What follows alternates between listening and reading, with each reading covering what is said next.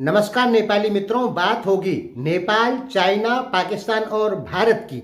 नेपालियों का कहना है कि भारत पाकिस्तान वार होती है तो नेपाल पे कोई असर नहीं होगा। एक तो ये आपको बताएंगे, दूसरा बताएंगे कि चीन ने 200 मिसाइलें पाकिस्तान को भेज दी है।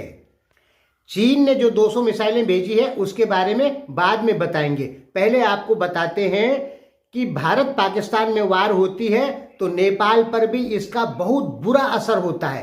सबसे पहले ये जान लीजिए कि नेपाल के पास भी एक भी विश्लेषक मौजूद नहीं है जो इंटरनेशनल विश्लेषण यानी इंटरनेशनल एनालिसिस सही से करके नेपालियों को बताए। नेपाल के पास में जितने भी एनालिस्ट मौजूद हैं, विश्लेषक मौजूद हैं, वो केवल चाइना की तारीफ करते हैं, इंडिया की बुराई करते हैं और अमेरिका की बुराई करते हैं और नेपाली लोग उसी चीज को सच मानने लग जाते हैं। यानी नेपाली विश्लेषक पूरी तरीके से और नेपाली यूट्यूब चैनल पूरी तरीके से चाइनीज एम्बेसी के कंट्रोल में है। हेमंत सेदाई जैसे लोग और कुछ और विश्लेषक कह चुके हैं कि नेपाल के 100-200 यूट्यूबर हमेशा चाइनीज एम्बेसी में जाते रहते हैं।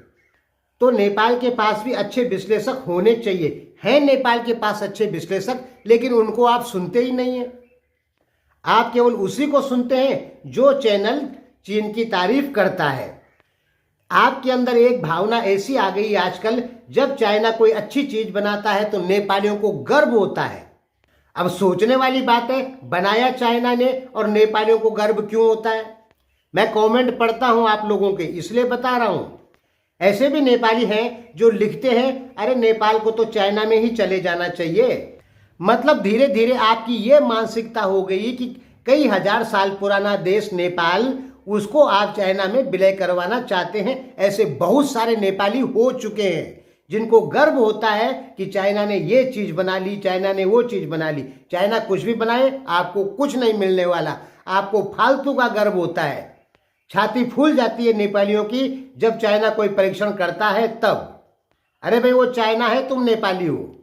अब आप लोगों का कहना है कि भारत पाकिस्तान के युद्ध से नेपाल को कोई फर्क नहीं पड़ता। अरे नेपाल को तो जबरदस्त फर्क पड़ता है।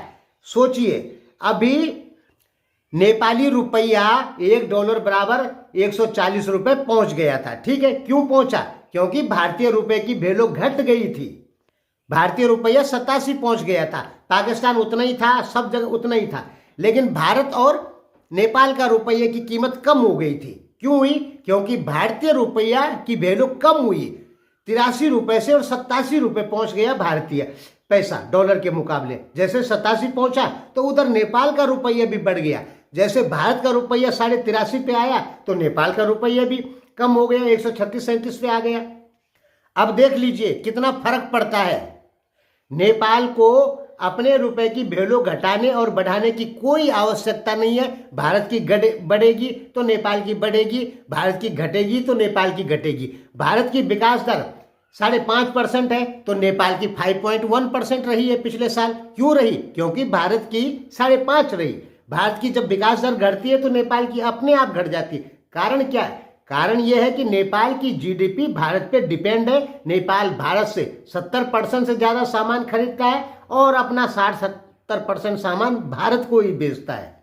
तो नेपाल पे बहुत ज्यादा असर होता है। नेपालियों का मानना है कि भारत पाकिस्तान का लड़ाई होगा तो नेपाल को कोई फर्क नहीं पड़ेगा। अरे पड़ेगा, बहुत बुरी कदर पड़ेगा।